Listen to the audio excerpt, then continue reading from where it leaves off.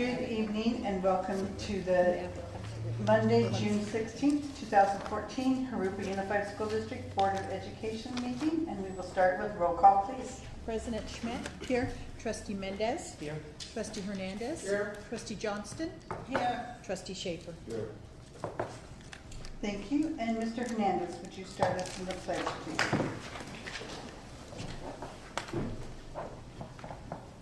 And on guard. Ready? Begin. I pledge allegiance to the flag of the United States of America and to the republic for which it stands, one nation, under God, indivisible, with liberty and justice for all.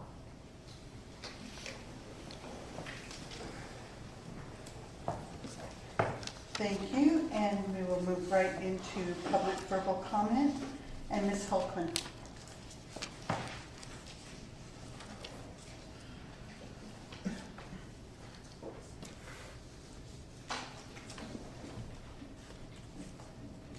I received this pamphlet, I guess you call it, from the district, and I got a lot of calls from other parents and students that I had helped that are now voting age, wanted to know what this was for. I'm assuming you're going to have either a measure or bond put on the ballots, and from the people that I spoke to, they want accountability straight down the table. They don't want to ask where the money's going, they want to know where the money's going. I see that you're having a meeting Thursday, and I have invited some parents to go, but they wanted to know where the other money went from Bond C and the other measures you have put on there. So you plan on putting anything on the ballot, because for a lot of these people, Mr. Mendez the last time said it's only $1.50 a day, it only comes out. Well, $1.50 a day for many people, besides whether they're going to pay a light bill, a phone bill, they're going to have food to eat. So you plan on doing that, have accountability for every penny you are going to spend. If not, people are going to vote no, regardless of what it's for. Thank you. And Mr. Orison.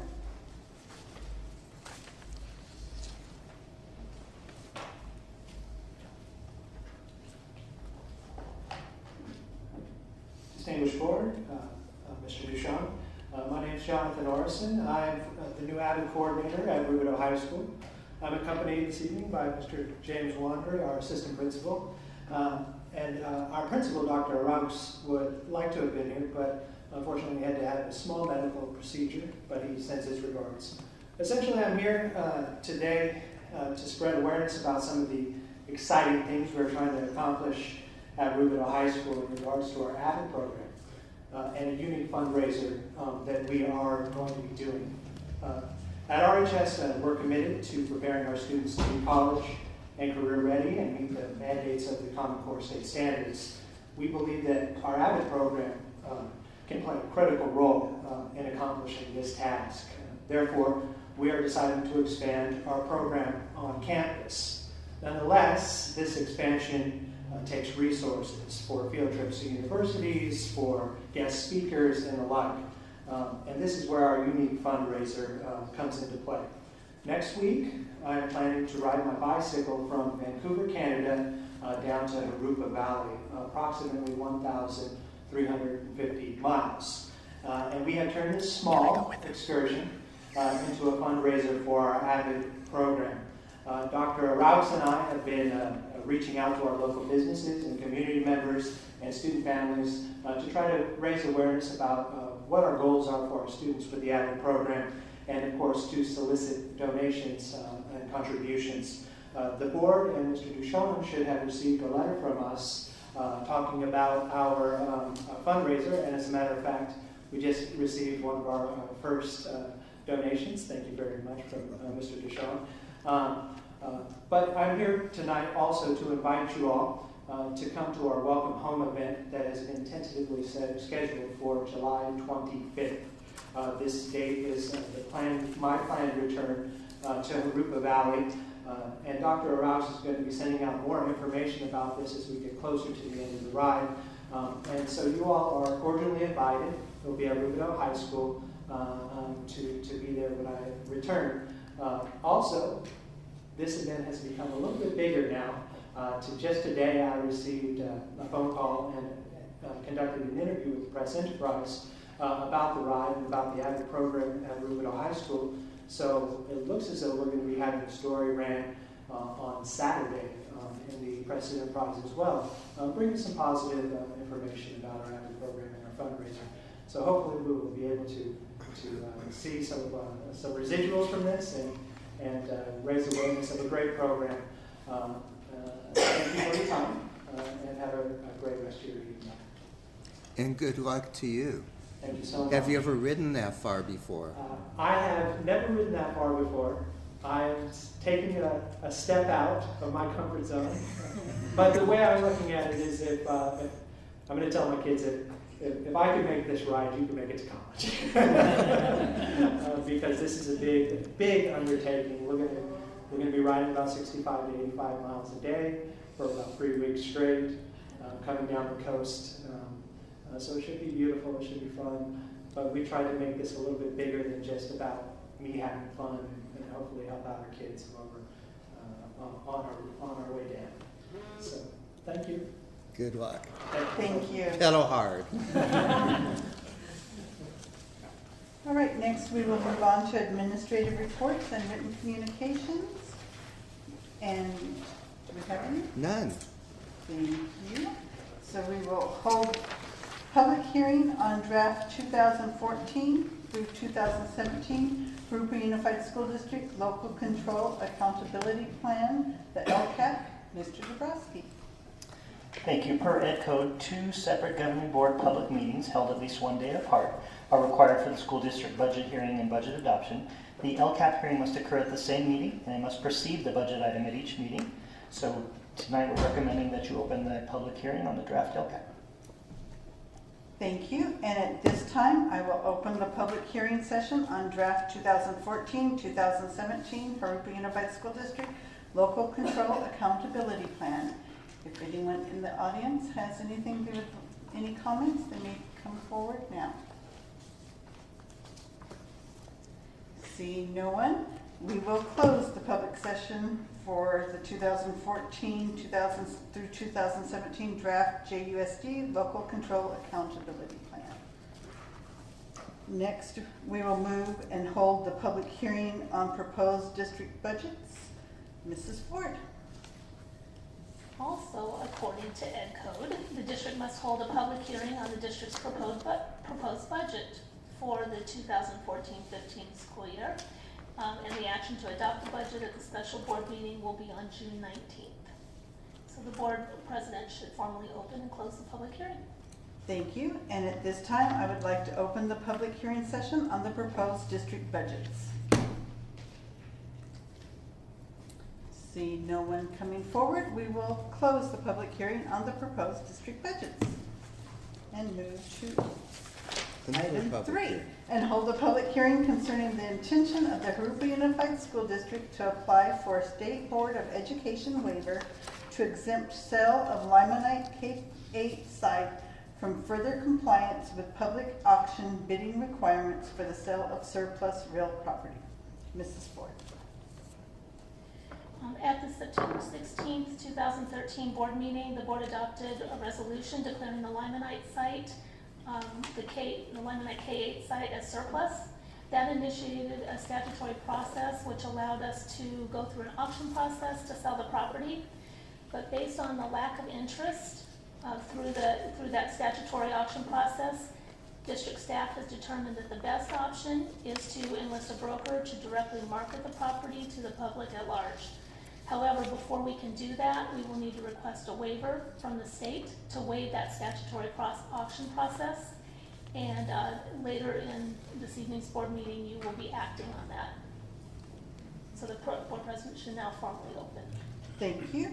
And at this time, I would like to open the public hearing session on the intention of Jurupa Unified School District to apply for a State Board of Education waiver to exempt sale of Limonite K8 site from further compliance with public auction bidding requirements for the sale of surplus real property. Are there any comments from the public? Seeing none, at this time we will close the session and move to item 4 and hold the public hearing on the proposed formation of Community Facilities District Number 9. Mrs. Ford. In order to establish Community Facilities District Number 9, a public hearing must be held on the proposed formation, the levy of special taxes, and all other matters in the resolution of intention which was adopted by the board on May 5th. You have a copy of the public hearing notice, which is included in your supporting documents. Thank you. And at this time, I would like to open the public hearing session on the proposed formation of Community Facilities District Number 9 of the Jurupa Unified School District, including the proposed levy of special taxes and all other matters discussed in the resolution of intention adopted on May 5th, 2014. Are there any comments, questions, verbal or written protests from the public?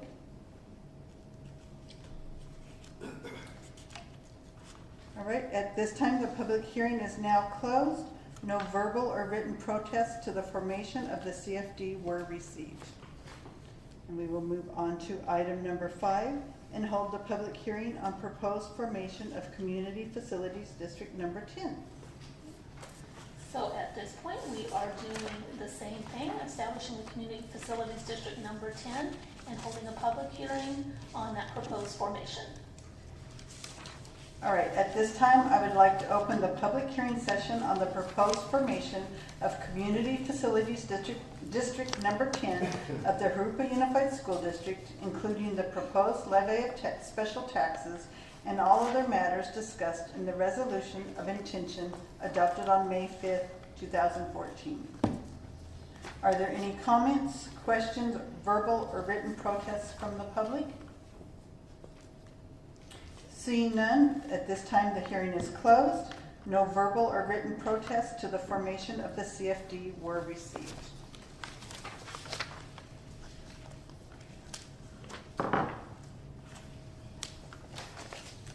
All right, so now we will move on to our regular action session and approve routine action items by consent. Items A1 through 11. Motion to approve. Have a motion from Mr. Schaefer and a second from Mr. Mendez.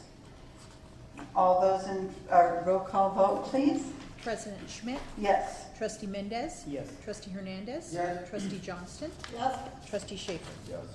Motion passes 5-0. Item B, approve instructional materials for adoption. Mr. Dabrowski.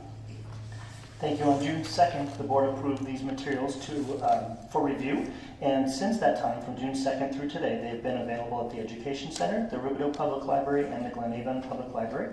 So at this time, we're recommending that you approve the adoption of the following textbooks: Principles of Engineering and Technical Drawing with Engineering Graphics. Move to approve. Have a motion from Mrs. Johnson and a second from Mr. Schaefer. Roll call vote, please. President Schmidt? Yes. Trustee Mendez? Yes. Trustee Hernandez? Yes. Trustee Johnston? Yes. Trustee Schaefer? Yes. Motion passes 5-0. Item C, approve restructuring of the 2014-2015 interim adoption cycle for the single plans for student achievement, the SPSA. Mr. Dabrowski. Thank you. In the past, for many, many years, we've adopted the single plan for student achievement, or the school plans, in June. And that cycle, because of our adoption of LCAP and because of the need for schools to integrate the priorities identified in the LCAP into their school plans, what we're asking is for you to approve for 1 year a change from the July cycle to a cycle where we would bring them to the board for approval on December 8th. And then next year, we'll go back to the original cycle. We just wanted to give the schools the accurate amount of time so that they could integrate the important things identified in the LCAP. Make a motion to approve the restructuring of 2014-15 interim adoption cycle for the SPSA. Motion by Mr. Schaefer, a second by Mrs. Johnston. Roll call vote, please. President Schmidt? Yes. Trustee Mendez? Yes. Trustee Hernandez? Yes. Trustee Johnston? Yes. Trustee Schaefer? Yes. Motion passes 5-0. Item D is the authorization to solicit bids for glasswork at Jurupa Valley High School and the Education Center. Mrs. Ford. Make a motion to approve. Have a motion from Mr. Schaefer Second? and a second by Mr. Mendez. And before we go, I just want to make one comment that in the description, there's a comma missing. So it should be installed between Jurupa Valley High School's library and computer lab, comma, in the front office entrance. The computer lab is not going to be in the front of the office. I know, but that's Good eye, Madam President. all right. Roll call vote, please. President Schmidt? Yes. Trustee Mendez? Yes. Trustee Hernandez? Yes. Trustee Johnston? Yes. Trustee Schaefer? Yes. Motion passes 5-0. Item E, approved purchase of scanners and computers. Mrs. Ford. Make a motion to approve the purchase of scanners and computers. Second? Have a motion by Mr. Schaefer, a second by Mr. Mendez. Questions or comments? Roll call vote, please. President Schmidt? Yes. Trustee Mendez? Yes. Trustee Hernandez? Yes. Trustee Johnston? Yes. Trustee Schaefer? Yes. Motion passes 5-0. Item F, approved purchase of replacement furniture district-wide. Mrs. Ford. Administration is requesting approval to purchase replacement furniture in the amount of $124,512.52. And this would be for use during the 2014-15 school year at various sites. You do have a list of the sites and the furniture that will be replaced in your supporting documents. And this is a this is based on JUSD's piggybackable bid for district standard furniture. Administration recommends the board approve the purchase of replacement furniture district-wide from Culver Newland in the amount of $124,512.52. Make a motion to approve the purchase of replacement furniture district-wide. Second? A motion by Mr. Schaefer and a second by Mr. Mendez. Any questions or comments? All right, roll call vote, please. President Schmidt? Yes. Trustee Mendez? Yes. Trustee Hernandez? Yes. Trustee Johnston? Yes. Trustee Schaefer? Yes. Motion passes 5-0. Item G, approve research proposal and agreement between JUSD and Tulshan Research for a bond feasibility survey. Mrs. Ford. Do you want to just go over it and see if we were going to have Jared here? He's not here yet, so Okay. move that or There's supposed to be a presentation, but he's not here yet. Can we table this for a little while? Is everyone in agreement? Yes. Okay. Thank you. All right, so we will table item G and move on to item H and review at a first reading ordinance number 2014-02, ordinance of the Board of Education for the Jurupa Unified School District acting as the legislative body of the Community Facilities District Number 9 of the Jurupa Unified School District, authorizing the levy of a special tax. Mrs. Ford. As a required step in the formation process, the board is to review at a first reading ordinance number 2014/02, which authorizes the levy of a special tax in the boundaries of CFD number 9.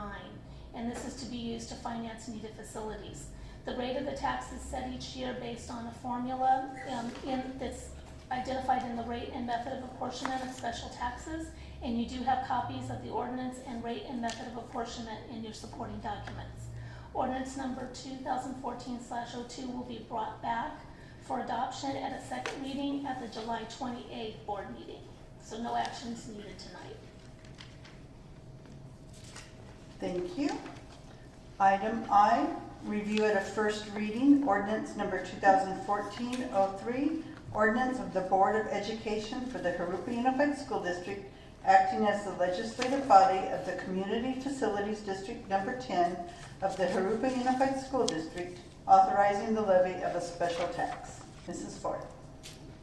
This is the same as we just did with number 9, but now this is for CFD number 10. So as described in the prior item, this is just a review at first reading of the ordinance, and it will be brought back to the board for a second reading at the July 28th board meeting. So no action is needed tonight. All right, and item J, adopted a second reading, ordinance number 2014-01, ordinance of the Board of Education for the Jurupa Unified School District, acting as the legislative body of the Community Facilities District number 8 of the Jurupa Unified School District, authorizing the levy of a special tax. Mrs. Ford. Sorry, we're making you work tonight. That's okay. As a final step in the formation process for CFD number 8, the board is to conduct a second reading of the ordinance number 2014/01. And again, this provides for the levy of special taxes within the boundaries of CFD number 8 to be used to finance public facilities identified in the ordinance. So administration recommends the board adopt a second reading ordinance number 2014/01, ordinance of the Board of Education for the Jurupa Unified School District, acting as the legislative body of the Community Facilities District number 8 of the Jurupa Unified School District, authorizing the levy of a special tax.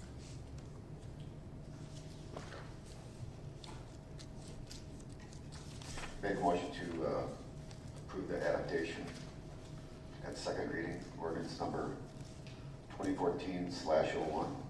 We have a motion by Mr. Schaefer and a second by Mr. Hernandez. Roll call vote, please. President Schmidt? Yes. Trustee Mendez? Yes. Trustee Hernandez? Yes. Trustee Johnston? Yes. Trustee Schaefer? Yes. Motion passes 5-0. Item K, adopt resolution number 2014-68, approving and authorizing the execution of certain joint community facilities agreements. Mrs. Ford. At the June 2nd, 2014 board meeting, the board approved the execution of joint community facilities agreement for CFD number 9.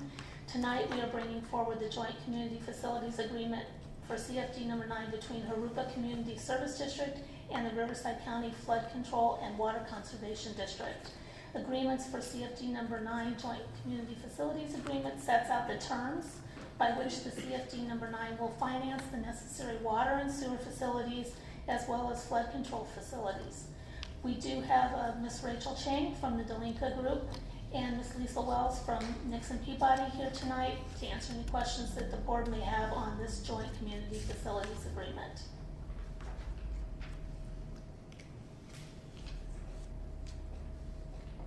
I make a motion to adopt resolution 2014-68, and I have a couple questions. Second. We have a motion by Mr. Schaefer and a second by Mr. Hernandez. Mr. Schaefer.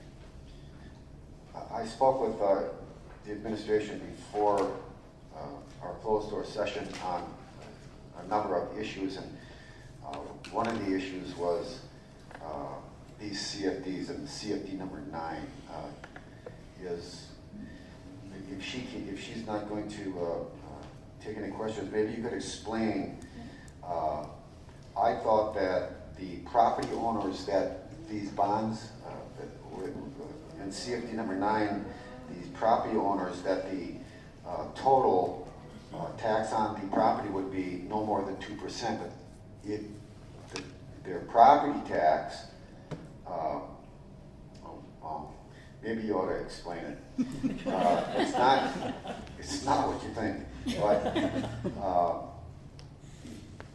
the portion that the district is getting on the bond is not the 12 million. It's basically the 2,385,474, and a lot of people are confused by that in the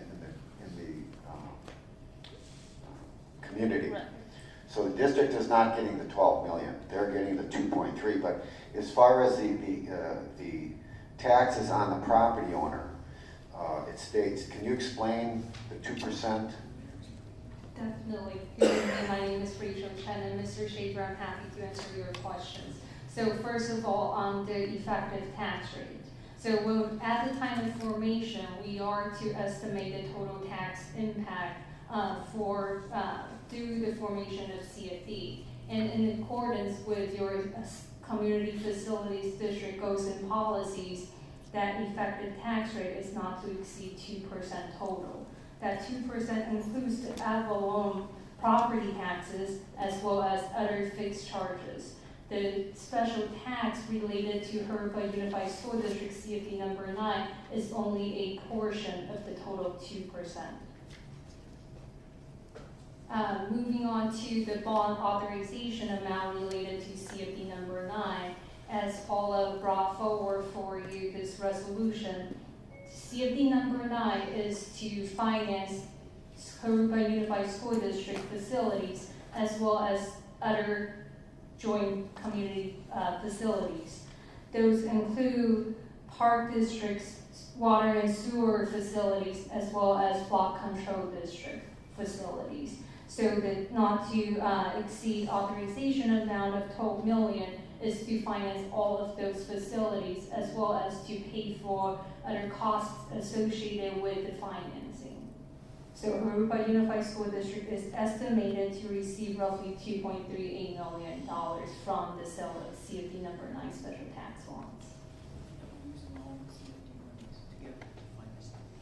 That is correct. Question, how long does it take to get the 2 million? That's what we get, the 2 million 3? Yes. And is that over the bond period, or is that the first phase? How are we going to build a school in 2 million? So, Ms. Johnston, to answer your question, Jurupa Unified School District is estimated to receive $2.3 million from CFD number 9 at the time of bond issuance. Based on the current absorption schedule provided by the developer, we're estimating CFD number 9's bond issuance to occur in earlier part of 2015. So that will be the time you receive the upfront funding, and the bonds will be repaid over a term of 30 years estimated. And also there is a park CFD that passes through our district to the Parks District for a small park. Is that correct? Okay. The purpose of these joint agreements is to marry up the needs of the district with those other districts for those other public needs, because it's so much more cost effective to do this at one time. So there's really only one CFP for 9. However, you have 4 entities that are sharing in the proceeds of the special taxes and in the proceeds of bonds. And to respond to your earlier question, oh, I'm sorry, I forgot to introduce myself. I'm Lisa Wells from Nixon Peabody.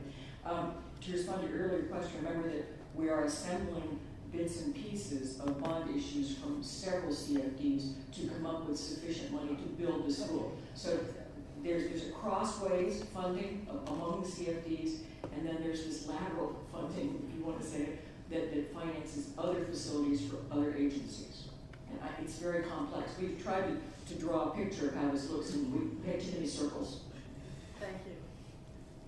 Thank you. My phone said my mic is dead here. I was just, it is good to have these questions answered because it is a complex funding mechanism with which we're trying to work here. And it's very important we understand it, obviously. And I just had sort of a question in terms of our portion of 2.3 million and then the other 3 entities besides yourselves. How is that determined? What's the formula that's used to project those or to divide the monies raised through this process?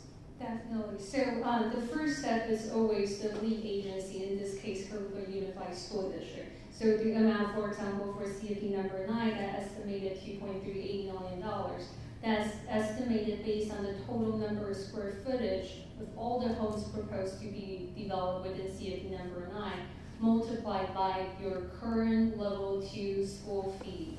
That's currently at $3.60 per square foot. And that's how we arrived at the first funding amount for Jurupa Unified School District. When it comes to the other agencies, for example, Park District, Flood Control District, as well as Water and Sewer District, those numbers are provided by the individual agencies based on the eligible funding that can be financed through the CFD. So those amounts, we have those backup information if it will be helpful to provide that to you afterwards. And the other thing to keep in mind is that this doesn't fund, this particular CFD won't fund all of the improvements of those public agencies. They have other sources of funds, they have revenues, etc., and other obligations. But there are certain limits on what they can charge, as there are for you. So it's kind of, we need this money how much can we get from this particular CFD, and it's calculated very carefully, and I'm sure the backup will be helpful to you. Thank you. If I may. And one last thing I would like to mention related to the authorization amount of 12 million. That is a not to exceed amount. Based on the current revenue projection from CFD number 9, we don't estimate to issue all $12 million of special tax bonds. That is only to provide a not to exceed amount and to allow flexibilities to extend that interest rates become lower than they are today. If I may, just a lot of, I received a number of calls concerning these bonds. We were told that the new school would cost about $22 million. I'm getting calls from people saying, hey, you've got $32 million in bonds. Well, we are not getting all that money. We're actually short. We don't have enough money to build that school because Jurupa Community Services District, the Parks District, are all taking part of, for example, CFD 8, the 11 million, everyone's taking a piece of the pie, and CFD 9 and so forth. So I think we've raised, I think it was $13 million we have to build the school so far. A little over 14 right now. A little over 14. And it's going to be built in stages as we go. But the district is not getting the 32 million, so I know the public is going to be looking in on these meetings to see where the money's going or how much money there is. So it does get very confusing when you follow if you don't follow the little CFDs, you know. But may I make a suggestion? Go ahead. Well, it might be helpful to have a simple memo. You know, these charts are okay, but it might be helpful to have a simple memo that explains the principal amount from each CFD that's authorized, and then has a very simple explanation of how much that the district is likely to get, and who the other entities are that are sharing in that. Kind of just a small, simple thing that the members of the board and staff could make available to the public to help clarify. But there's no way to make it simple, but at least it would be a schematic that could show the sources and uses, if that would help. That would be helpful. And go ahead. Just to finish, that portion of JUSD's portion, that's JUSD's. The Parks District, JCSD does not get a portion of that. They get it out of the balance of that bond. But that is the number we are getting.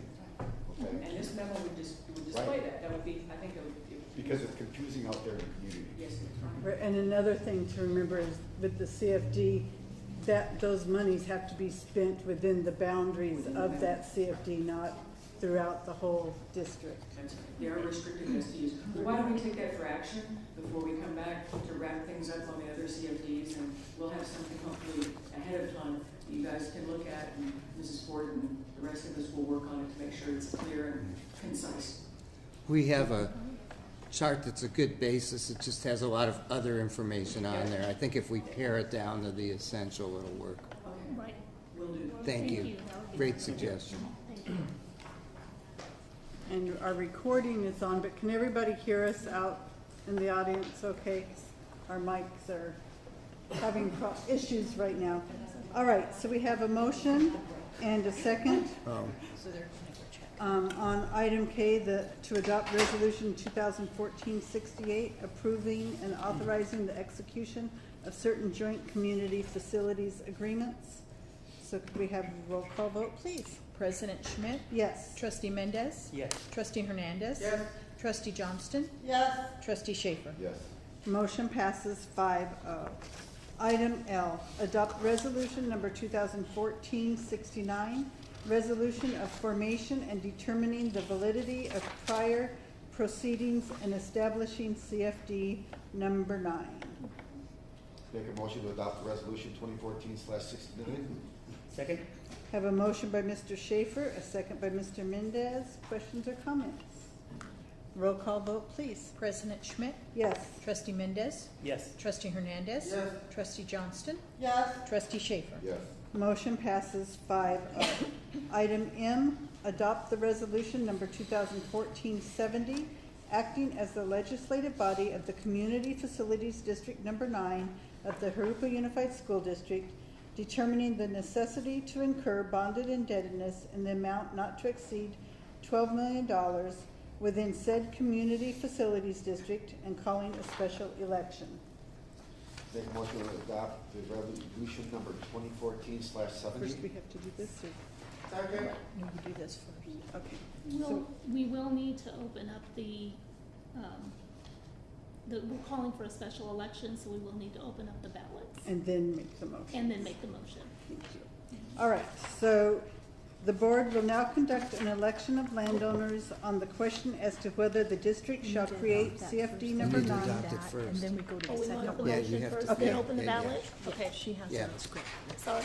Open for, or make the 70 motion first. first, then open. Okay, so who made the motion? Mr. Schaefer and Hernandez. and Mr. Hernandez second? All right, questions or comments?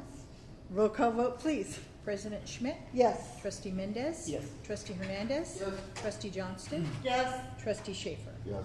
Motion passes 5-0. At this time, the board will now conduct an election of landowners on the question as to whether the district shall create CFD number 9 for the purpose of issuing bonds in an amount not to exceed $12 million to finance public improvements. The landowner has previously provided to this board a signed consent and waiver under which the landowner agreed to waive the time limits and certain procedures required under the Mello-Roos Act. This permits the board to proceed directly with the election. Mr. Mendez, would you open the votes, please?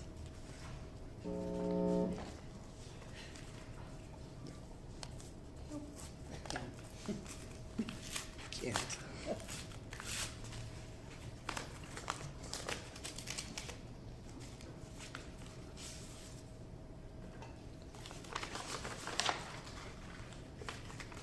All right. The landowner has also provided to the board their signed ballot reflecting a total of 58 votes in favor of establishing CFD number 9. The clerk of the board has executed the canvass and statements of results of election to this effect. Motion to adopt resolution number 2014-71. Make a motion to approve and adopt resolution number 2014-71. Second. Have a motion by Mr. Mendez, a second by Mr. Hernandez, and it's the acting as the legislative body of the Community Facility District Number 9 of the Jurupa Unified School District, canvassing the results of the election held within said Community Facilities District. Roll call vote, please. President Schmidt? Yes. Trustee Mendez? Yes. Trustee Hernandez? Yes. Trustee Johnston? Yes. Trustee Schaefer? Yes. Motion passes 5-0. Item O, adopt resolution number 2014-72, approving and authorizing the execution of certain joint community facilities agreements. Mrs. Ford. Make a motion to adopt resolution number 2014/72. Second. Have a motion by Mr. Schaefer, a second by Mr. Hernandez. And I just want to point out Yes. that on this particular one, this is for 138 units, and the school district is estimated to receive the $2,007,150 in proceeds. Could you say that again, Paula? This CFD number 10 is for 138 units. And the school district is estimated to receive $2,007,150 in proceeds. All right, any other questions or comments? Roll call vote, please. President Schmidt? Yes. Trustee Mendez? Yes. Trustee Hernandez? Yes. Trustee Johnston? Yes. Trustee Schaefer? Yes. Motion passes 5-0. Item P, adopt resolution number 2014-73, resolution of formation and determining the validity of prior proceedings and establishing CFD number 10. Make a motion to adopt resolution number 2014/73. Have a motion by Mr. Schaefer, Second. a second by Mr. Hernandez. Questions or comments? Roll call vote, please. President Schmidt? Yes. Trustee Mendez? Yes. Trustee Hernandez? Yes. Trustee Johnston? Yes. Trustee Schaefer? Yes. Motion passes 5-0. Item Q, adopt resolution number 2014-74, acting as the legislative body of the Community Facilities District number 10 of the Jurupa Unified School District, determining the necessity to incur bonded indebtedness in the amount not to exceed $9 million within said Community Facilities District and calling a special election. Mrs. Ford. Make a motion to adopt resolution number 2014/74. I have a motion by Mr. Schaefer. Second. A second by Mr. Mendez. Questions or comments? It was from Bobby. Seconded. Oh, they both did. Oh, they did? Yes. Oh, we, okay. Okay, All we'll right. go with Mendez. All right. Any questions or comments? They're fighting over it. Roll call vote, please. President Schmidt? Yes. Trustee Mendez? Yes. Trustee Hernandez? Yes. Trustee Johnston? Yes. Trustee Schaefer? Yes. Motion passes 5-0. And at this time, the board will now conduct an election of landowners on the question as to whether the district shall create CFD number 10 for the purpose of issuing bonds in an amount not to exceed $9 million to finance public improvements. The landowners have previously provided to this board a signed consent and waiver under which the landowners agreed to waive the time limits and certain procedures required under the Mello-Roos Act. This permits the board to proceed directly with the elections.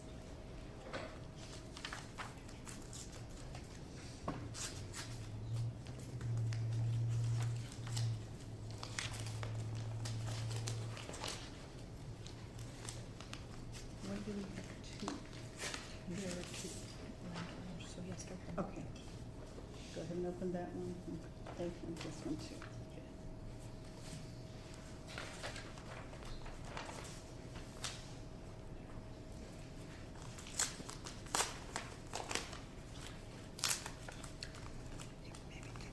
What did you see? Something. I'm gonna have to find myself a letter opener here.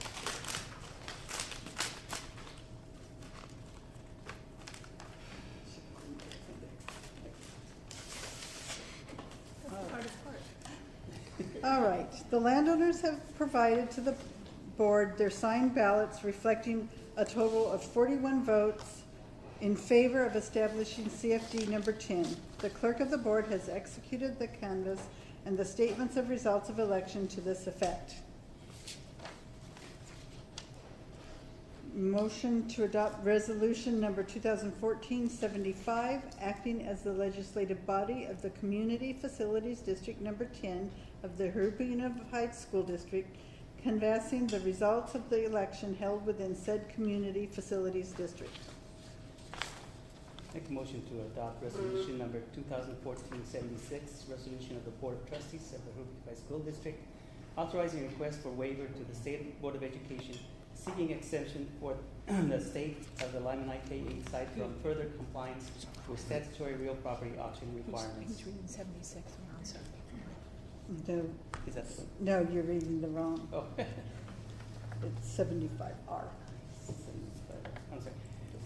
This one here. Yeah. Make a motion to adopt resolution number 2014-75, acting as the legislative body of the Community Facilities District number 10 of the Jurupa Unified School District, canvassing the results of the election held within said Community Facilities District. Thank you. Do I Second. have a second by Mr. Schaefer? Questions or comments? Roll call vote, please. President Schmidt? Yes. Trustee Mendez? Yes. Trustee Hernandez? Yes. Trustee Johnston? Yes. Trustee Schaefer? Yes. Motion passes 5-0. Item S, adopt resolution number 2014-76, resolution of the Board of Trustees of the Jurupa Unified School District authorizing request for waiver to the State Board of Education seeking exemption for the sale of the Limonite K8 site from further compliance with statutory real property auction requirements. Make a motion to adopt resolution number 2014/76 as stated by the president of the board. Motion by Mr. Schaefer, a second by Mr. Hernandez. Questions or comments? Roll call vote, please. President Schmidt? Yes. Trustee Mendez? Yes. Trustee Hernandez? Yes. Trustee Johnston? Yes. Trustee Schaefer? Yes. Motion passes 5-0.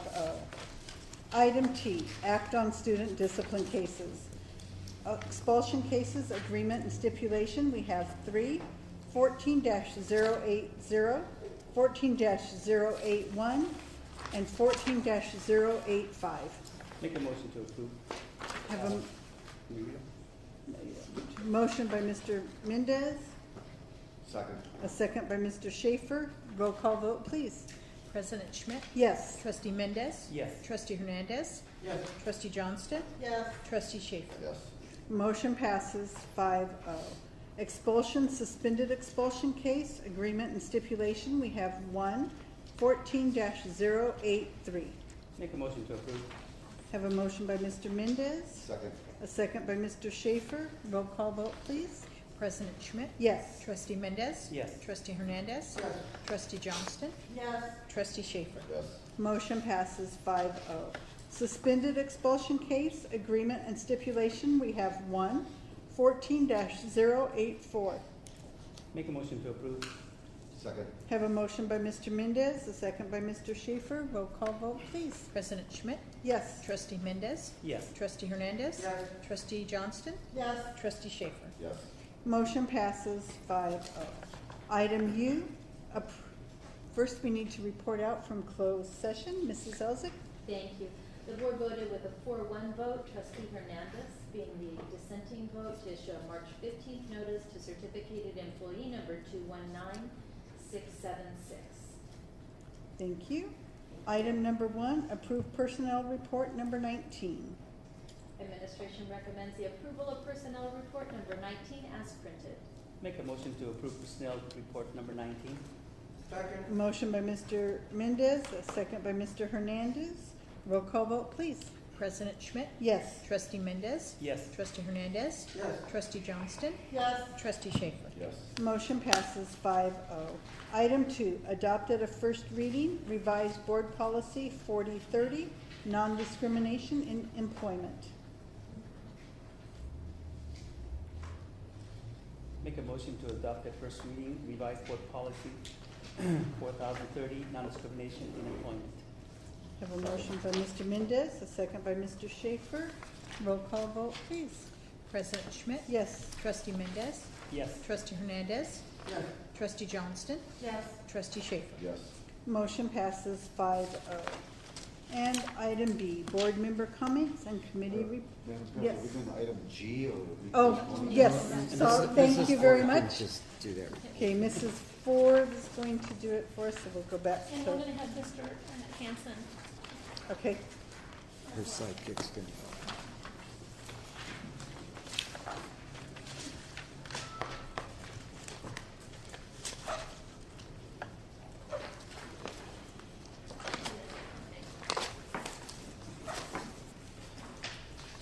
Mr. Boygan is on his way, he is on Pedley right now, so he may take over in the middle of this, but he must have had some flight issues because he was coming in from up north. We wanted to, we're bringing to you to the board tonight the possibility of going out in scientific poll of the community as to whether or not they would be supportive of a potential bond measure, and also at what threshold they would be supportive of a potential bond measure. So, but as part of that, one of the things that you charged us with was to go out and reach out to the community and educate the community on what the needs were that came out of the facility and technology committee that we, was 21 members that went out to all of the school sites to assess the needs of the schools. And based on that, we have received feedback from those focus groups that we've been going out talking to the community. And so we wanted to share that feedback with you tonight before you take any action on this particular item. So we will start with that. So, some of the group presentations that we've completed, do I need to use this or? We'll pick it up on that. Some of the group presentations that we've completed thus far were to the Rotary, the Lions Club, DLAC, and our DAC committee here at the district office, Country Village, and the Eddie D. Smith Center. So we had the opportunity to go to those group meetings and present this information to them and get solicit feedback from them through a survey or a card for them to fill out. And what we're going to go over tonight is the data that we've received based on that information. There's two sets of information here. One is based on the survey that we provide to these groups as we're doing our presentation. And then there's another set of information that is from the mailer that went out that I'm sure you've all received at this point. So we're going to look at two sets of data. In the first set, at the end of this slide here, the presentation that we gave, one of the questions was to rate the performance of, or how they view the performance of JUSD. And as you can see here in this graph below, 87%, an overwhelming number rated, were satisfied with the performance of our district and the work that's being done.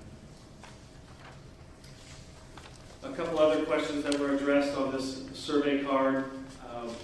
We talked through the presentation on some of the awards that we've received and the district received at the various school sites.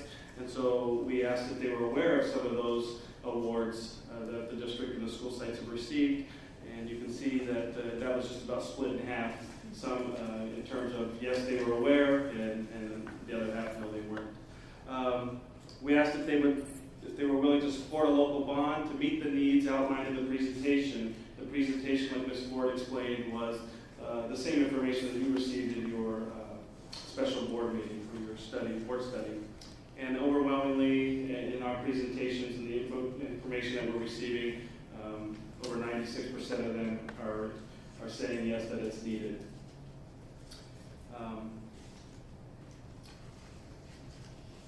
Then we had a variety of questions, and we wanted them to rate them by least important to the most important. And these are some of the items, if you're with me there on that page. Improving security and safety in our school sites, over 92%, felt like that was very important. So the scale was on a scale of 1 to 5, 1 being the least, 5 being the most. The data that's represented here is only the 5, so the most important. In their mind, this is viewed as the most important. So 97% were in favor or felt like the most important was security and safety. Over 90% repairing and updating, improving our facilities and technology. Updating to 21st century instructional technology was just over 88%. Obviously a high priority for those that receive the information. Repairing and modernizing our aging schools. We shared with them the age of some of our facilities. Nearly half of them are over 50 years old, and even more haven't been updated in 25 years. And so we shared that with them as well. And just over 83% felt like that was a great need as well. And then improving access for students with disability was just over 74%. So this information is based on the presentation that we gave to the community focus groups. So, and as you can see, Mr. Boyden has arrived, so he will take over the presentation from this point. Unless you prefer that. I'm sure Trevor's doing a better job here. First, let me apologize. I misjudged the meeting time based on the last time I was here. I was here so much later, so I apologize for that. That's my error. Obviously, you're getting some great information here, and we'll continue that. I just put into context, I know the agenda item for tonight that we're also going to be talking about is that of a scientific survey relative to some of these other survey results. I'll speak to the difference between this and those when we're finished here. Amanda Sintens from my office is going to run us through the rest of this presentation, and then I can speak to that idea as a little bit of a wrap up here. So the next phase of informational material that we went out to speak to the community about was we mailed an informational community mailer that included a Terra survey that included some of the same project questions that you saw in the focus group presentation. So it provided a little bit more information on the district academic achievements, as well as the need for facility improvements. It was the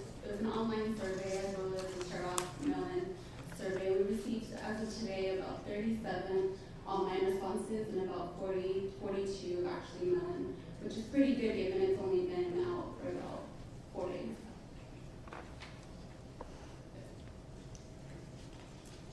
So far to date, ensuring students have access to instructional technology and ensuring classrooms and science labs are up-to-date polls came back as some of the higher priorities with 83.3% and 79.7%. The next would be improving security and safety with 59.5%, modernizing older classrooms with 57%, repairing or replacing aging roofs, inefficient water systems, aging bathrooms with about 54%, adding, repairing, and upgrading fire security systems about 43.6%, and then improving access for students with disabilities came in at about 36.7%. Like we said, these are preliminary results, and given that it's only been 4 or 5 days, we're actually pretty impressed with the feedback we've received so far. So the next steps would be to wrap up the focus group presentations. There are a couple that need to be finished, and then also providing some reason findings at the July meeting for how those went, and then also, as Jared will jump in and talk about conducting scientific voter survey to gauge support among voters. These the focus groups kind of targeted key stakeholders. We kind of want to get an idea of what the general average voter wants to see in potential bond measure. Yeah, so Jared, you want to jump in and Sure. speak about that? Thanks, Amanda. Nice job. So you're getting information to your community and back from your community in a number of ways. One is there are these community focus groups, and we saw in an earlier slide the list of groups that so far Paul and Trent have been able to get in front of, but there's an extensive, remaining list. But if you look at that initial list, it's a very broad-based representation. You've got people that are, you look at Rotary and East Smith and Country Village, and people that are not necessarily affiliated with the district on an everyday basis, but have strong roots in the community, involved in the community. Got your DAC and your DLAC, so you've got with your parents, a variety of parent leaders from the district. So there's a lot of feedback from different sources, and that's very informed and qualitative. And as you saw, when you have the opportunity to really help people understand the needs and some of the achievements of the district and some of the things you're trying to accomplish, they become very, very, they see some urgency behind the potential bond measure. So that, is very encouraging, and that's been a really broad cross-section of the community, very transparent. We've also now sent this mailer out, as Amanda said, it's only been out for about 4 days. You got, 80 responses in the first 4 days. It's very good. We would expect to see, there's kind of a wave of responses over the first week and a half. So over the next 10 days, you'll probably continue to see, some robust responses coming in. This is, a pretty good response. That's 5% of the total response the first, 4 days. Very good, actual response to a mail-back survey like this. So those numbers may change a little bit. Amanda will be back here in July to give you a full picture of what we get back from the mail-in survey. And then there's an online survey, which people who go to the focus groups but don't turn in a comment card or get the mailer or prefer to respond online or simply hear about it in the community, visit your website, can go online and take a survey. So that's several different ways that the community can give feedback into what you're doing, engage in the process of facilities planning. It's an incredibly transparent process, and I think you're to be commended, staff's to be commended for that kind of, very transparent public engagement.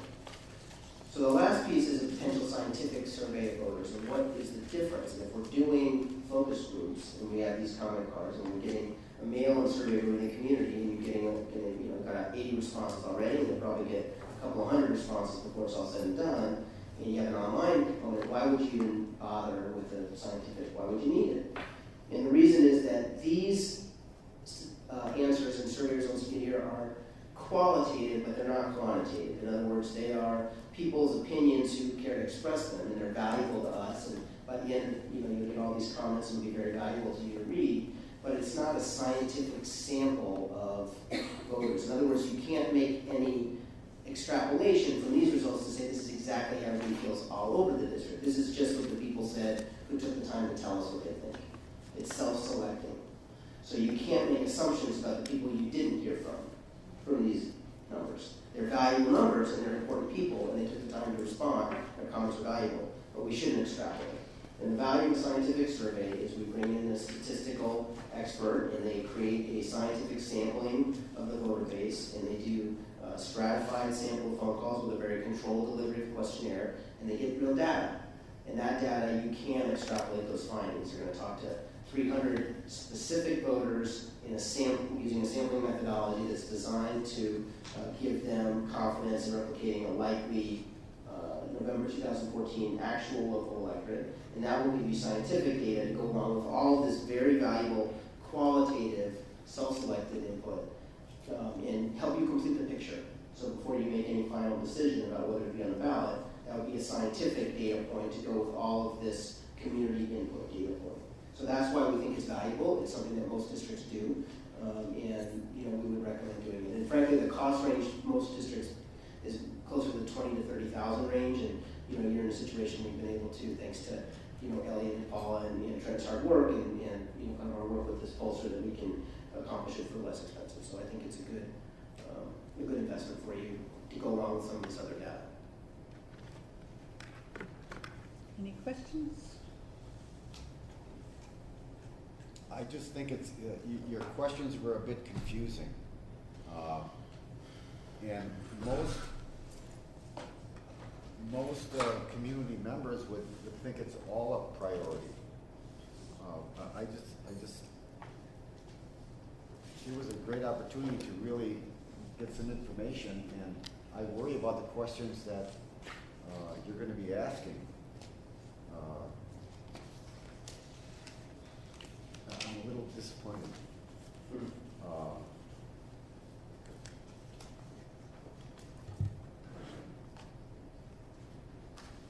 Could you maybe explain how the questions would be different? Because part of this was also to just provide information to the community that would be baseline information.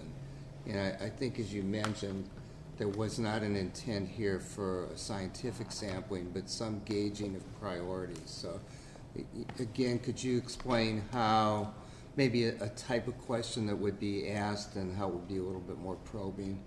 Well, right. I mean, I think one of the main limitations is the mail-in format. You can't give people a 50 question or 25 question. It's just too much. They're not going to respond. So we're limited by the format of a mail-in survey to give them some baseline information and then keep our questions to, in this case, we really try to focus the questions on the things you might spend the money on. Right? Here's the possibility of the projects. We think we have these needs. Is it important for you as a community member that we address these needs? In a telephone survey, as superintendent says, we'll have a person on the phone, for 12 to 14 minutes, and you can lead them through a series of questions and get a lot more in depth.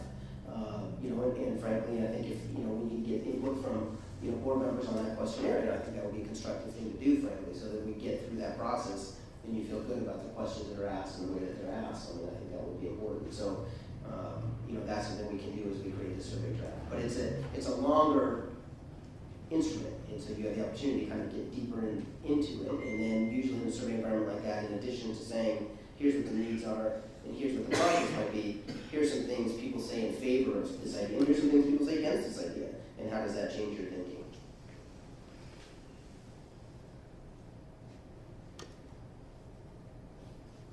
Any other questions or comments?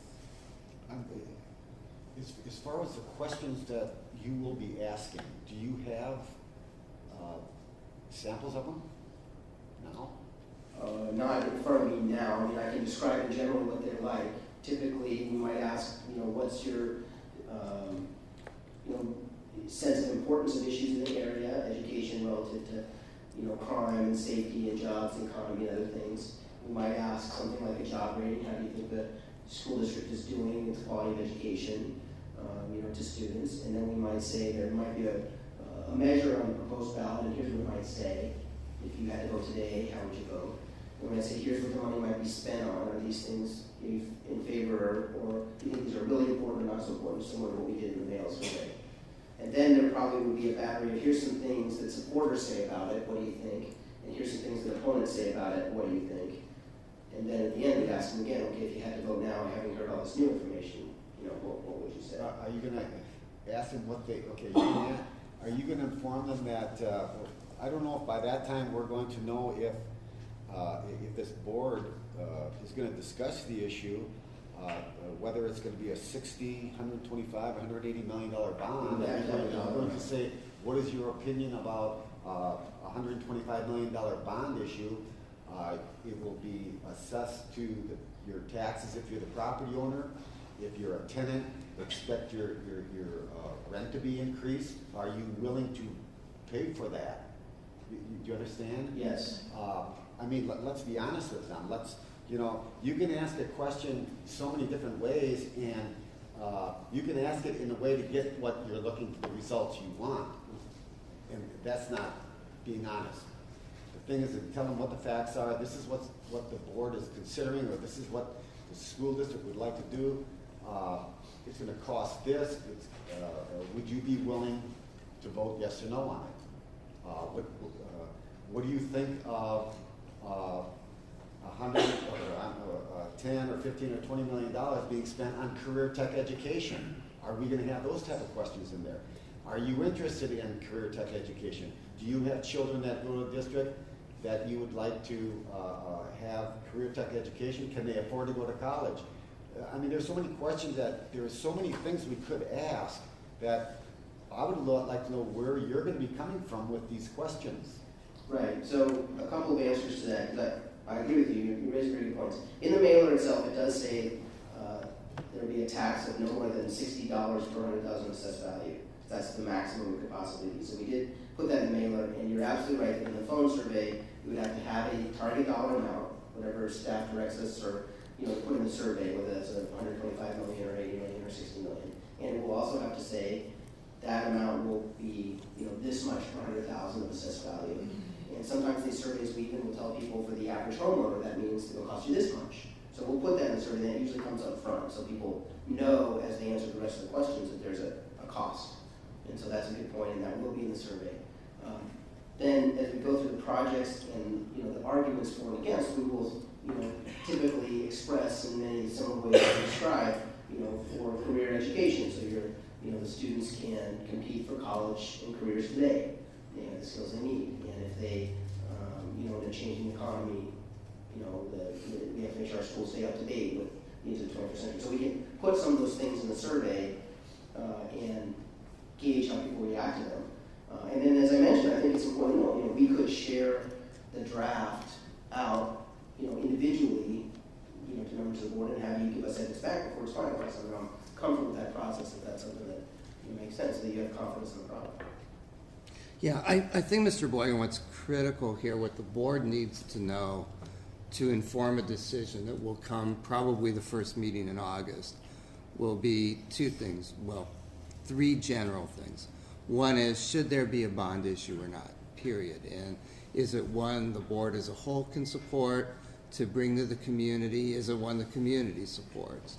Two, is there a threshold that's sensitive? And people are both concerned with the total amount and obviously what it's going to cost out of their pockets. So is it going to be $60 per 100,000, $20 per 100,000, or somewhere in between? And thirdly, I think it would be important, because what I've heard from many of the board members is a commitment to career tech education, to ask the public in a way, I don't want to write the question, I'm not a survey writer, but basically along the lines, would you be more likely to support a bond if there were $10 million or $20 million dedicated during the term of the bond for career tech education? So I think those are some of the concerns we're hearing. And I think it will be important, because the board recognizes that if a bond goes on the ballot, there's going to be a lot of work to get it passed. And it's going to require a community effort, plus an effort outside of the resources of the school district. And that if any of us really walks away from this table not being able to support it, it's going to degrade the chances of that bond to succeed. So, and whether each of us as individuals, be it myself as a member of the community representing the district, or the board members likewise to support it, will depend a great deal on what the voter sensitivity is going to be. So. Can I just ask another question? No one else is. These 300 people you will be interviewing, will you know whether they're property owners, whether they're tenants? maybe their ages, if they have kids in the school district? How in-depth, is that going to be that in-depth that we know who you're really talking to? You know. Yes, I mean, that's the value of the scientific sampling, is that, you know, the results we're getting now, which are very valuable. It's important to go to the Eddie Smith Center and tell them what you want and let them talk to you. That's important. It's important to send a mailer out, let people write whatever they want on that postcard and send it back. That's important. But the value of the scientific survey is that we will absolutely be calibrating so that the 300 people look like it's a scientific match to what the November 2014 electorate would look like, by age, by party registration, home ownership versus renting, percentage of those who have kids currently in school versus percentage of those who don't. So those things will all be calibrated into the sampling of the survey, and that's the value of the scientific sampling, which we just can't really achieve that in the mail-in or the online process. It's self-selecting. People can participate if they want to. So, can I pose one question? Go ahead, and then I'll pose. I was just going to say that I think that as a board, we would find it valuable to have a draft of the survey instrument to take a look at, as long as it would not delay the process. Obviously, here we're within a timeline that we have to, gather all this information and come up with a decision and some recommendations to go along with it. The other thing I'd like to add to what Mr. Sean was saying, though, in terms of what the voters are interested in terms of the cost to their property, in terms of tax burdens, but also how the money is used, as was stated earlier, it's been stated before. If we do follow through and agree to support such a bond in our community, what's the money going to be used for? And I think that we need to somehow provide an adequate response, for the voters to that. They have a right to know that. I also wanted to make a comment in somewhat little what I know of, but the instruments that are designed for these purposes, not just for bonds, but for other fields and other aspects of getting reliable data and information from this type of surveys. One is exactly what Mr. Schaefer said. That's the design of the instrument, and the way the questions are worded and organized even makes a significant difference. There's so many minute details that scientifically are really critical to the results of the survey. And I guess that leads me to the question. The people that have been in this business of designing this have been doing them for a long time and refining them constantly with each experience, and as research continues to be developed in this area. My question is that have you, in nearby districts or know of any surrounding districts that have had favorable results with bond measures? Have they used similar instruments to what the one you're proposing for our district to use? And if that's the case, then it seems to be that it would be an instrument that has already been sort of tried in terms of gathering the proper information and conveying the information, the right amount of information they need, and the accurate information to make a decision as to whether, first of all, whether it's warranted to have a bond issue, whether they're willing to support up to what limits, and for what purposes. And if that's the case, I think that it would be helpful to have a draft of the instrument for us to take a look at and know what we're asking the public to respond to. Yeah, I mean, I think that's a really great point. I mean, just last Tuesday in June, the Paris Elementary School District passed its bond, and its number was within a point, basically, what its survey had predicted. So they basically hit the number that the scientific survey told them they were going to hit. So that's 65-66% in favor of. And it gave them a very clear sense that this is, they want to build a new school, they deal with overcrowding, and they had their own particular set of issues. But that's what all the things they tested in the survey. So yes, there absolutely, is a best practices for doing this. There is a refined, set of questionnaires. There's a small number of qualified pollsters in the state who do this for a living that are, we don't do it. It's another firm that's going to do it, and it's statistically trained professionals who know how to pull the sample. And I do think, we'll find a way to accelerate the timeline enough to give you all the opportunity for feedback, because I do want you, as Mr. Schaefer's raising very legitimate concerns, and I want to be sure that, and as Mr. Duchamp said, we want to have the confidence that everybody knows, hey, we can move forward together, we can move forward as a group, we know what this says, and we feel good about the way it says it, and we feel good about the way the survey is constructed, and we feel good about the way the information is getting out. So, that's important, and we want to do that. I just wanted to say, don't take my criticisms to heart. I'm just a difficult person. But as far as to get 300 voters on the phone for 15 minutes, how many calls are you going to have to make? Yeah, it's a lot more than 300. Yeah, I mean, it's I'm not sure the exact ratio, but a lot more than 300. And it's important that they get the right calls made, so they will sometimes call the residents more than once to try and get that particular person on the phone. And a lot of pollsters will use like a cluster sampling, where they say, okay, I need such and so many Republicans over 55, they get one call, Republicans over 55, so I'll call this person a few times. If I don't get them, then I'll go to the next one on the list and try that person a few times. So it does take them, but they can usually get it all done within a week or 10 days of phone call. They called me 3 times before they got me on the phone. So what I want to say that's very important, because there's not a board meeting that's going to fall during that period. So what we'll do is email to you a draft of the survey, but at the same time, again, this is not a survey to convince. This is a survey to test the waters. The information that went out also was not designed so much to convince, but present information. So that was blanket informational. Hopefully, the people surveyed will have seen it.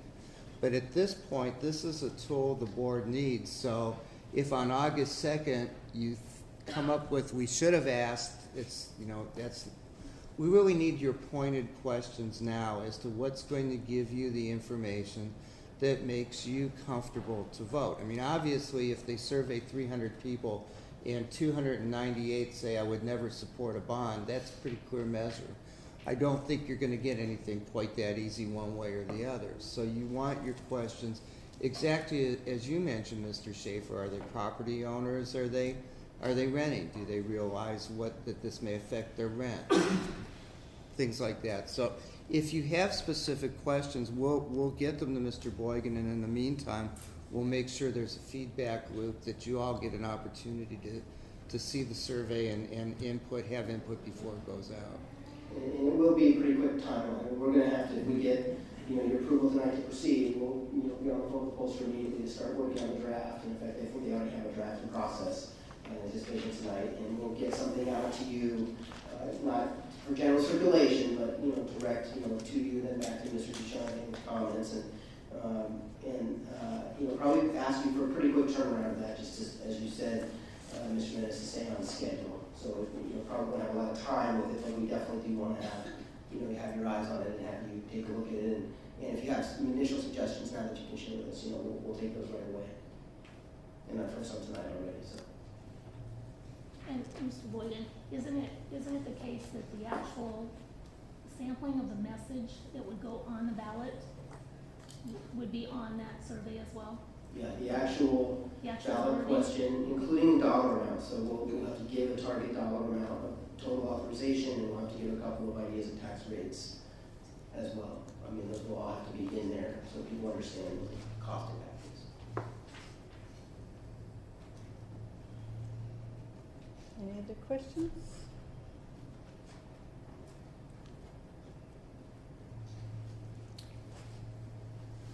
I'll make a motion to approve the research proposal and agreement between JUSD and Tolchin. I'll second. Motion by Mr. Schaefer, a second by Mr. Mendez. Any other questions or comments? Mr. Hernandez, are you just playing with your microphone, or did you have something to do? Okay. I just wanted to make sure. All right, roll call vote, please. President Schmidt? Yes. Trustee Mendez? Yes. Trustee Hernandez? Yes. Trustee Johnston? Yes. Trustee Schaefer? Yes.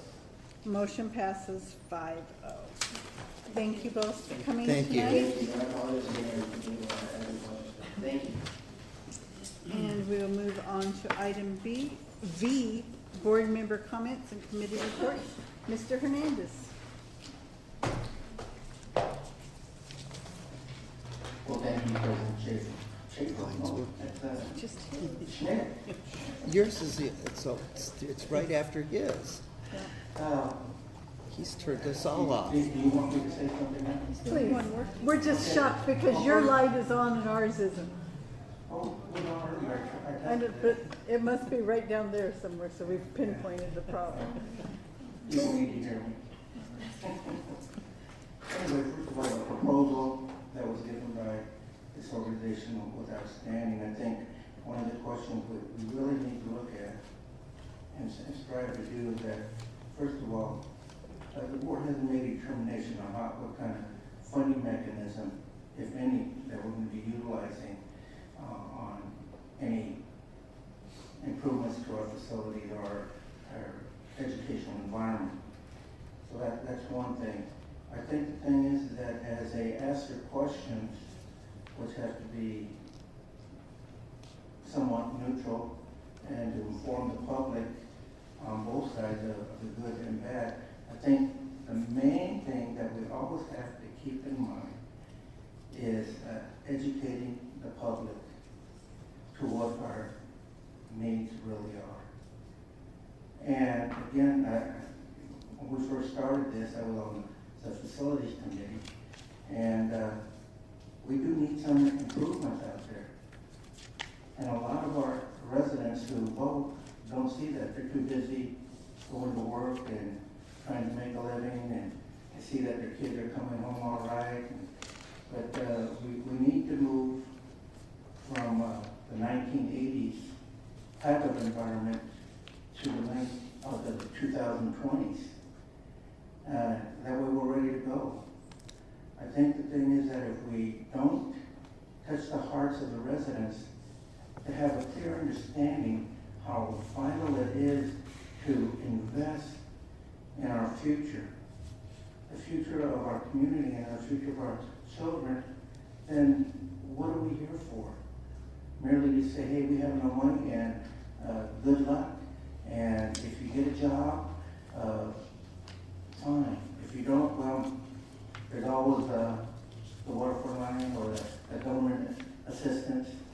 And those things are good as safety nets, but when it becomes a day-to-day requirement, say, hey, don't worry about it, somebody else can take care of you, then that puts a strain on our society. So we need to really go out there and make the community realize that it's imperative that we invest in these young people. And as far as Sylvia brought up some good points, especially on Measure C.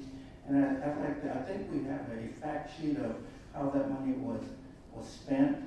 And I do believe with this land sale, which was purchased with Measure C money, I don't know how we're going to be spending that, but that's something that I think the public needs to know, because when we spent money for that fund, from that bond issue,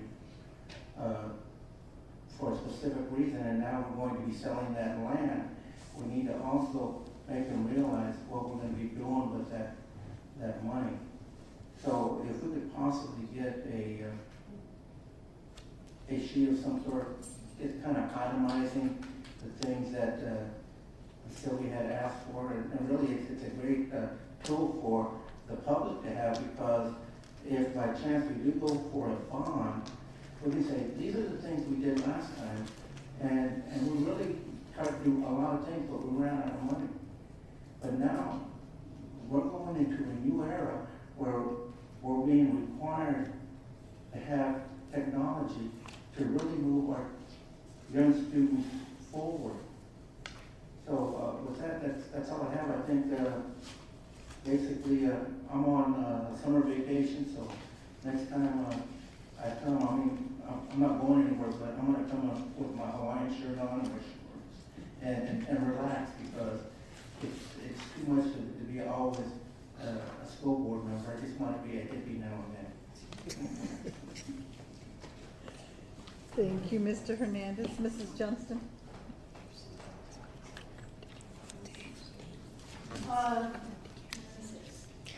The only thoughts I had today as I went through the purchases was I noticed that there was a silk screen company we used in Rocco, and I don't know what else I observed. I was just wanted to encourage us to use local businesses in the River Valley.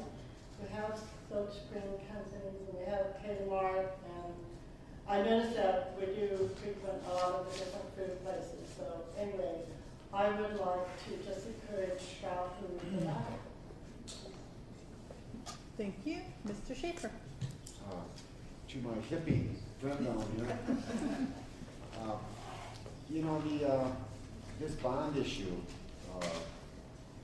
it is so important. It's about kids. It's not about comparing us to other school districts. This is Jurupa Unified School District.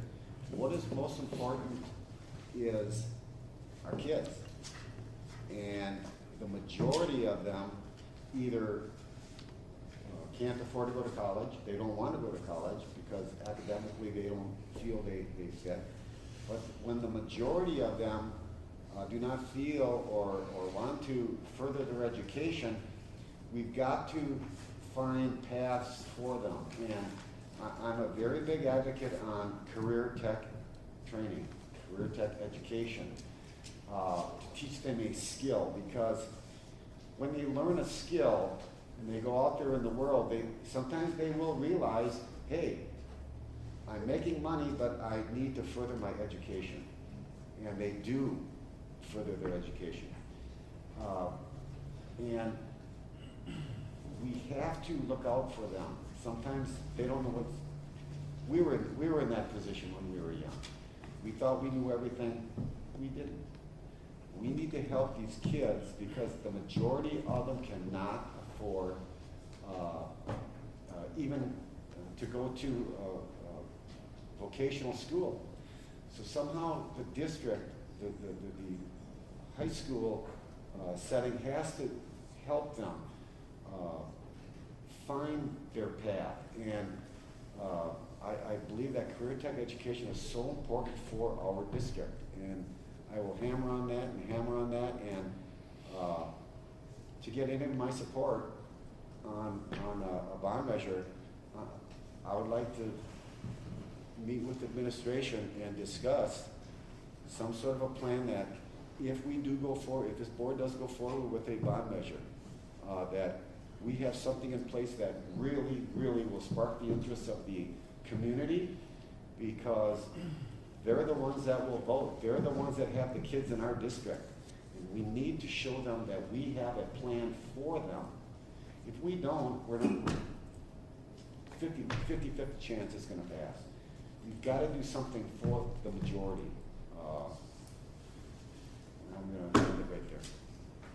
Mr. Mendez. Thank you. Going back to the issue of the survey, we as a board, I think it's important for us to make decisions with the best information that we can gather, especially any decisions that will have a large impact on our students, our district in general, and our communities. And to reiterate what Mr. Deshawn said earlier, that at this point we really are not campaigning for any particular bond measure as a board, or to me, it's not our intent at this point. It is our intent to gather information to inform, as Mr. Hernandez said, the community of the needs of our district, and have the community, our parents, let us know what they see as the needs in our district, how they see that if we were to pursue additional funding sources, what would be the best way to support what they consider to be the important aspects that are needed in our district. Our staff knows the needs, our teachers know the needs, but it's important to hear from everyone in the community. And taking all those sources of information, then we as a board deciding, okay, what's the next best step for us to take as a board in order to move the district forward, in order to continue to improve opportunities for our students in all facets, whether it be career opportunities, but also I think that we have in the area in general here, the Riverside, the Inland Empire communities, we have the lowest college going rate in the country probably, or in the state for sure. And oftentimes the economic health of the community, which leads to the health in general of the community, is the educational level of that community that community attains. And so anything that we can do to open up avenues for our students to promote and encourage higher education, I think it's just as important as well too, which will lead to fostering better job opportunities and better job growth in higher paying fields in our community. So at this point, I see our role as a board right now as gathering that information for us to take a look at that and work with everybody that's a stakeholder, every person that has an interest in the education of our children here in this district, for us to move forward and make the best decisions in their interests. And with that, I'd like to transition a little bit into the ELAC and DLAC presentations that were made at the last DLAC meeting that we had last Thursday. The informational meetings that were presented to the group, I think, were very well made by Ms. Moreno for the LCAP plan, and it was very well received and very well explained to the parents. And appreciate your presentation there, Ms. Moreno, and Mr. Hanson, of the information you provided here for the board, as well as the DLAC that day was again also well presented. I appreciate all the work that goes on behind the scenes to provide information, again, inform the public of what it is that our district is trying to do for our students. Other than that, I'm really looking forward to summer graduation. It's always a good time to have those students recognized that have taken that added step to go through an additional course of study or whatever it is that they're lacking to get that degree, that diploma, and I'm looking forward to being part of the celebration. So thank you, everyone. Have a wonderful summer. Thank you. Mrs. Ford and Mr. Hanson, can you put your presentation or PowerPoint that you're doing at the groups onto the district website? I believe it's already there, right? Or is it there? We'll check, but I think it's there. Okay. Because I think looking at what the focus groups, what their percentages of and responses were compared to the flyer responses, I think the more informed they are, the better response we'll get as to what really needs to be done, especially looking at the percentages of things. And we'll send everybody a link to where that's located. Okay. That's the right there. And, okay, it's there. Thank you. And the CFDs will really help with the new school, and the information that we are getting out to the community is important so that all of our schools will look and respond as newer schools with technology and things for the kids, so that school is a good place that gives them a good feeling, not and a place to escape. With that, have a good evening, have a great break, and we will not see you back until, well, we'll see you back on Thursday night. On Thursday night.